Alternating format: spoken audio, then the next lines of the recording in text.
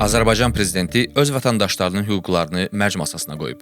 Avropa Şurasının Parlament Assambleyası 2024-cü ildə Azərbaycanlı deputatların mandatını dondurduqdan və bu ayın əvvəlində onların geri qayıtmaları üçün Assambleyanın prezidentinin dilə gətirdiyi şərtlərdən sonra İlham Əliyev Azərbaycanın Avropa Şurasından tam çıxa biləcəyi təhdidi ilə çıxış edib. Halbuki Avropalılar Azərbaycan hakimiyyətinin qarşısında insan haqları və azadlıqlarına hörmət edilməsi, siyasi məhbusların azadlığa buraxılması tələblərini irəli sürüblər. Bunun qarşılığında İlham Əliyev nəinki Şuradan çıxmaqla bağlı təhdid səsləndirib, hətta deyib ki, biz Avropa İnsan Hüquqları Məhkəməsinin hakimlərinə səs verməmişik və bu səbəbdən Azərbaycan məhkəmə qərarlarını tanımır. Başqa sözlə, Azərbaycan prezidenti Avropalılara deyib ki, üstümüzə çox gəlsəniz, öz vətəndaşlarımızın hüquqlarını qoruya biləcəkləri son instansiyanı da onların əlindən ala bilərik. Gəlin əvvəlcə İlham Əliyevin manipulyasiyasını çözək. Onun hakimlərlə bağlı dediyi sözlər əslində reallığı əks etdirməyən və sadə əhali üçün nəzərdə tutulan fikirdir. Çünki Avropa İnsan Haqları Məhkəməsi müstəqil məhkəmə orqanıdır və yalnız konvensiyaya əsaslanır. Konvensiyaya görə dövlətlər üçün qərarların icrası məcburi xarakter daşıyır. Digər tərəfdən isə ölkə qanunvericiliyinə görə də Azərbaycan beynəlxalq müqavilələrin yerinə yetirilməsini təmin etməlidir və parlamentdə təsdiq olunmuş beynəlxalq müqavilələrin ləğv edilməsi səlahiyyətləri yalnız Milli Məclisə aiddir. Konstitusiyada da beynəlxalq müqavilələrə əməl edilməsinin təminatçısı kimi prezident göstərilir. Yəni konvensiyanın ləğv edilməsi barəsində Milli Məclisin qərarı olmadığından Azərbaycan konvensiyanın tələblərinə əməl etməlidir və prezidentin Avropa İnsan Haqları Məhkəməsinin qərarlarını icra etməməklə bağlı dedikləri Konstitusiyanın ona verdiyi səlahiyyətlərlə ziddiyyət yaradır. Avropa Şurası Nazirlər Komitəsinin iyunun 11-də verdiyi qərarında da deyilir ki, Azərbaycan konvensiyanın tərəfi olduğu müddətdə Avropa Məhkəməsinin qərarlarına qeyd şərtsiz riayət etməlidir. Avropa İnsan Hüquqları Məhkəməsinin yurisdiksiyası altında 46 üzv ölkə var və Azərbaycanın nümayəndə heyətinin mandatı təsdiqlənmədiyi dövrdən etibarən həmin dövlətlərin yalnız 11-nin hakimi yeniləri ilə əvəz olunub. Əlbəttə ki, Azərbaycan prezidenti bunu bilir, amma o, Avropa İnsan Hüquqları Məhkəməsinin qərarlarını tanımırıq deməklə Avropalılara deyil, daha çox öz əhalisinə mesaj ötürür ki, vətəndaşlar hüquqlarının bərpası üçün Avropaya üz tutmasınlar. Bəlkə də hakimiyyət bu yolla məhkəmədən gözləntiləri azaltmaq və beləcə Avropaya göndərilən müraciətlərin sayını aşağı salmağa çalışır.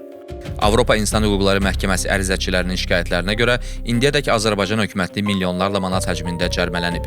Ən böyük təzminat qərarı isə ötən ilin yanvarında verilib. Azərbaycan hökuməti indiki qış parkı ərazisində sökülən evlərə görə vətəndaşlara 1 milyon 693 min avro, təxminən 3 milyon manat cərimə ödəyəcək. Bu reallıqla barışmayan hakimiyyət özünün propagandaçıları vasitəsilə Avropadakıların Azərbaycana qarşı qərəzli mövqe tutduğunu deyirlər. Bu haqda Bakı xəbər saytında belə deyilir. Bəzən çıxarılan qərarlarda haqqın, ədalətin bərpasından söhbət belə getmir. Avropa İnsan Hüquqları Məhkəməsində hakimlərin və Azərbaycan vətəndaşlarının günahları ucbatından dövlət milyonlarla təzminat ödəyir. Azərbaycan hökuməti artıq 2024-cü ildə Avropa İnsan Hüquqları Məhkəməsinin qərarlarının icrasını dayandırıb. Azərbaycan bu göstəriciyə görə Rusiyadan sonra ikinci yerdə dayanır. Qanunvericiliyə görə məhkəmə institutu prezident və ya hər hansı icra orqanının tapşırığını gözləmədən Avropa İnsan Hüquqları Məhkəməsinin qərarlarına uyğun şəkildə qərarlar çıxarmalıdır. Lakin Azərbaycanda icra edici orqan məhkəmə institutunun qərarlarını icra etməməklə həm öz səlahiyyətlərini aşır və hakimiyyət bölgüsü prinsipini pozur, həm də vətəndaşın haqqını tapdıyır. Avropa İnsan Hüquqları Məhkəməsinin son illərdə açıqladığı ilk hesabatlardan görünür ki, Azərbaycan ən çox şikayət ərizəsi baxılan 10 dövlətdən biridir. Ötən ilki hesabatda göstərilir ki, hazırda Azərbaycandan göndərilən 2200 şikayət ərizəsi baxış mərhələsindədir. Azərbaycandan gedən şikayətlər əsasən azadlıq və toxunulmazlıq, sərbəst toplaşmaq, eləcə də mülkiyyət, ədalətli məhkəmə araşdırması hüququnun pozuntuları ilə bağlıdır. Hüquqşünas Emin Abbasov hesab edir ki, Azərbaycanın Avropa İnsan Haqları Konvensiyasından çıxması və vətəndaşların beynəlxalq müdafiə mexanizminə məhrum edilməsinin zərərli nəticələri ola bilər. Ölkənin daxilində hüquqlarının ədalətli həllinə nail ola bilməyən insanlar internetdə Türkiyə prezidenti Rəcəb Tayyib Ərdoğana, bəzən Rusiya prezidenti Vladimir Putinə video müraciətlər göndərirlər. Bunlar geniş yayılmış praktika olmasa da, vətəndaşların ölkədən kənarda haqq-ədalət axtarışı təbii və insani bir haldır və vətəndaş öz dövlətində eşidilmədikdə ədaləti təmin edəcək daha güclü, yuxarı bir ünvan axtarır. Avropa İnsan Hüquqları Məhkəməsinin Azərbaycan vətəndaşı üçün əhəmiyyəti də məhz burada üzə çıxır. Odur ki, hüquqşünas belə bir sual qoyur. Əgər bu ünvanın qapıları bağlanarsa, ədalət və müdafiə axtaran Azərbaycan insanı hara üst tutacaq? Müstəqil hüquqşünaslar hesab edirlər ki, hökumətin Avropa İnsan Hüquqları Məhkəməsinin qərarlarının icrasından açıq-aşkar imtina etməsi ölkədə insan haqlarının vəziyyətini daha da pisləşdirəcək. Bu mənada Prezident Əliyevin Azərbaycan Avropa Şurasından tam şəkildə çıxsa, ölkəmizdə heç kəs bunu hiss etməyəcək deməsi də heç bir məntiqə sığmır. Öz ölkəsində ədalətli mühakimə hüquqları pozulan şəxslər bu ədaləti heç olmasa Avropa İnsan Hüquqları Məhkəməsində tapırdılar.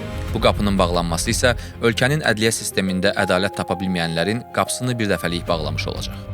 Hökumət Azərbaycanda insan hüquq və azadlıqlarının pozulmadığını deyir. Avropa Məhkəməsinin ədalətli qərar çıxarmadığını və ölkədə siyasi məhbusların mövcudluğunu qəbul etmir. Lakin beynəlxalq təşkilatların hesabatları və Avropa Məhkəməsinin qərarları bunun əksini göstərir. Hakimiyyət isə üzərinə götürdüyü öhdəlikləri millətçilik ritorikası ilə pərdələyərək tənqidləri Azərbaycanın milli maraqlarına qarşı qərəz və düşmənçilik kimi qəbul edir.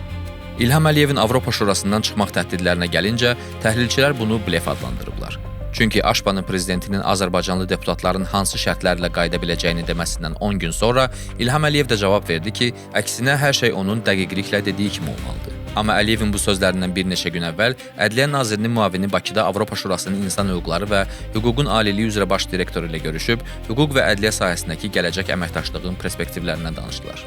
Digər bir tərəfdən isə Azərbaycan prezidentinin iqtisadi ağırlığı olsa da, ən çox görüşüb danışdığı, əməkdaşlığa can atdığı məkan Avropadır. Avropa Şurasına gəlincə, Azərbaycanlı deputatların bu qurumda mandatı 3 ilə yaxındır dondurulub. Azərbaycanın Aşpaya qarşı artan tənqidlərinin fonunda hələ də bu qurumdan çıxmaması təhdidlərin ancaq söz yığını olduğunu göstərir.